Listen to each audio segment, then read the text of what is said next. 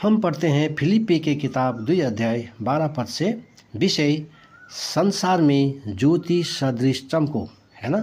संसार में ज्योति जैसा हमको चमकना है ना, क्योंकि संसार, है ना, पाप से अंधकार में डूब गया, तो हमको ज्योति के सदृश चमकना है।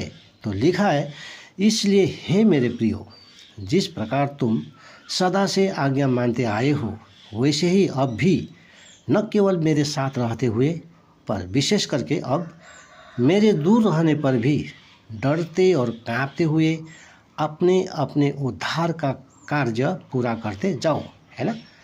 प्रभु यीशु मसीह का आज्ञा मानते आया, है ना। प्रभु ने अपने लोगों को कहा रहा है ना। शुरू से प्रभु की आज्ञा मानते आए हो, प्रभु की सेवा करते आए हो, उसी तरह परमेश्वर का सेवा करते जाओ, है ना। अपना दिल में परमेश्वर का डर, परमेश्वर का भय, है ना, में रहना और डर और भय में कांपते हुए, है ना, अपना उद्धार का कार्य जो परमेश्वर ने दिया है उसको पूरा करते जाना है।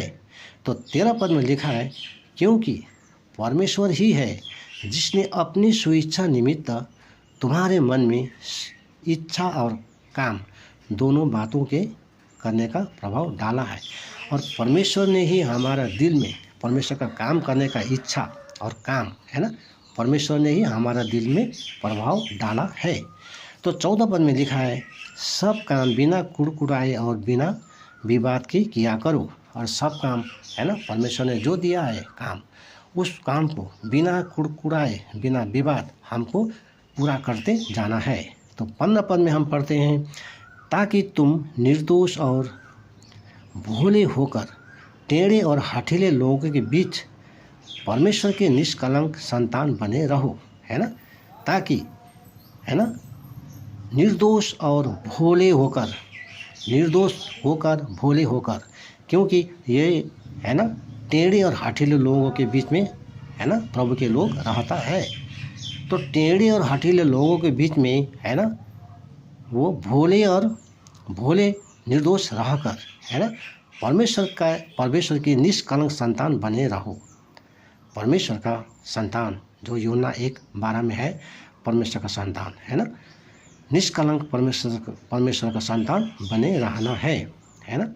यहाँ लिखा है, जिनके बीच में तुम जीवन का वचन लिए हुए जगत में जलते दीपकों के समान दिखाई देते हो। जीवन का वचन जो हमने पढ़ना है ना, तो जगत में हम दीपकों के समान हमको देखना है ना।